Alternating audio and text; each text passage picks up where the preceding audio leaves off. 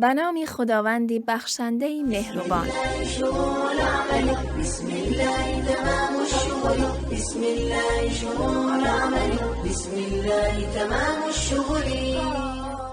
سلام میکنم به غنچه‌های بهاری زندگی، به شما شکوفه های میدهک و دوست داشتنی، به خواهرکان و دادرکان خودم سلام، یک سلامی شاد و پر انرژی.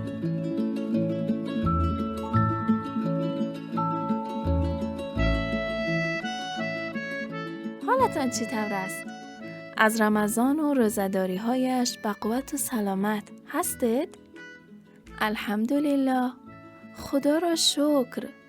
خدا را 100,000 بار شکر که به ما نعمت‌های بسیار داده است.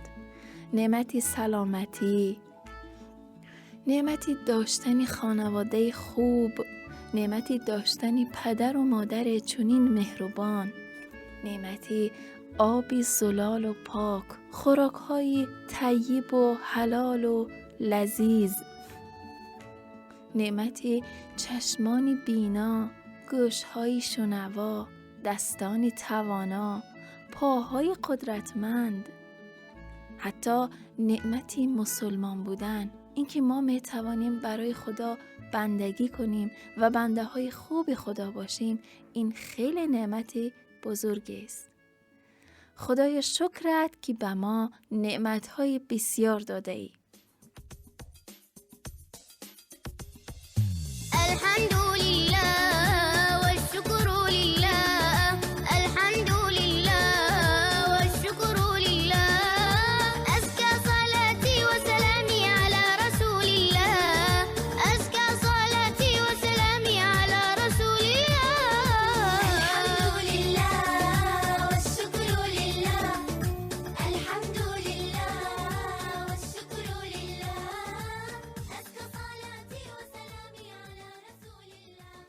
بچه‌های خوب و نازنین، با ما همراه شوید تا خاطره جالبی دوست عزیزم مهینه جان از ستراشن را بشنویم. سلام به شما دوستان عزیز، همراهانی خوب برنامه مهمانی خدا جان. من مهینه هستم و 11 ساله می باشم. زادگاهم استراوشن. من یک خاله بچه دارم به نام سمیه و خیلی دوستش می دارم. او تقریبا همسن و سال من است.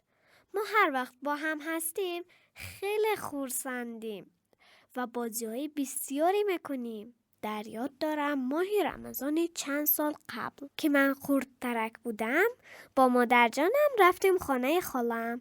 آن روز خانه خالم بسیار رفت آمد بود، چون خالم به تازگی نیبره دار شده بودند. خالم خیلی خرسند بودند، برای همین تصمیم داشتند در ماه شریف رمضان به شکرانه این که خداوند بهشان چنین کودک سالم و شیرین هدیه داده است، بچه ای را قربانی کرده عقیقه کنند و به همه خویش و اقوام و همسایه ها افطاری دهند. آن روز بیبی جانم هم همراه ما بودند. بیبی جانم نمیتوانند به راحتی راه گردند، چون زانوهایشان کمترک دردمند است و دکتر گفته است که نباید زانوهایشان را خسته کنند یا که خم و راست شوند. برای همین بیبی هم در روی کت نشسته بودند و دیگران را در انجام کارها راهنمایی کرده ذکر میگفتند. من و سمیه هم در بردن و آوردن چیزها به کلانترها یاردم میدادیم. آن روز خاله ام و مادر جانم و کنایه هایم و دختر خاله هایم و چند نفر از همسایه ها خیلی زحمت کشیدند. تقاهایم، اکاهایم و دیگر مردهای اولاد هم در آماده سازی جو و خرید میوه و شیرینی و شکلات خیلی زحمت میکشیدند. من و سمیه از اینکه میدیدیم چطور آنها یکدیگر را یاری میکنند و از هم تشکر میکنند خیلی تعجب کردیم. آخر آنها حتی از من و سمیه هم اگر چیزی می بردیم یا می آوردیم تشکر می کردند. نزدیک غروب بود. بیبی جانم به من گفتند که چند پیاله نزدشان برم و به سمیه هم گفتند بنکه های نیشالا را بیاورد وقتی ما پیاله ها و نیشالله را نزد بیبی جانم بردیم، بیبی جانم با خرسندی گفتند هزار رحمت کلان اصلک های من. در همین وقت سمیه گفت کاری سختی نبود که اینقدر شما تشکر میکنید. بیبی جانم گفتند کار کلان یا معده فرقش نیست. بنده باید که شکرگزار باشد.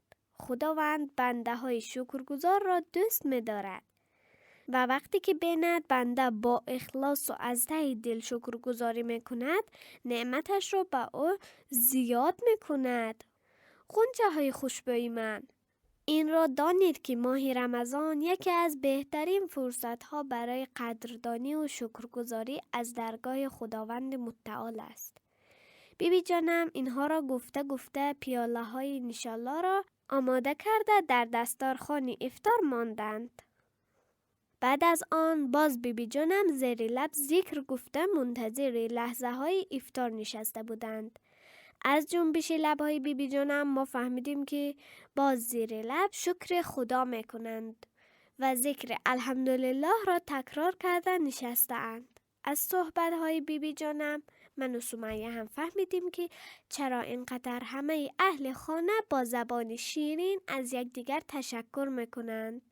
ما هم تصمیم گرفتیم از آن پس برای همه نیکی ها چی کلان چی معده از یکدیگر تشکر کنیم تا ما هم جز بندگان شکرگزار و دوست داشته خداوند باشیم. این بود خاطره رمضانی من. امیدوارم که خوشتان آمده باشد.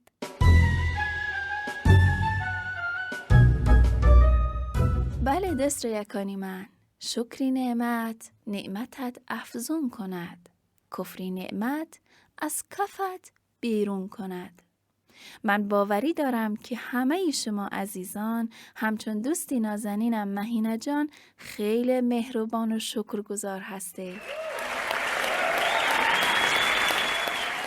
من و همه دوستانم در رادیو مهر از همه شما خوبان که ما را همراهی کردید به نهایت سپاسگزاریم.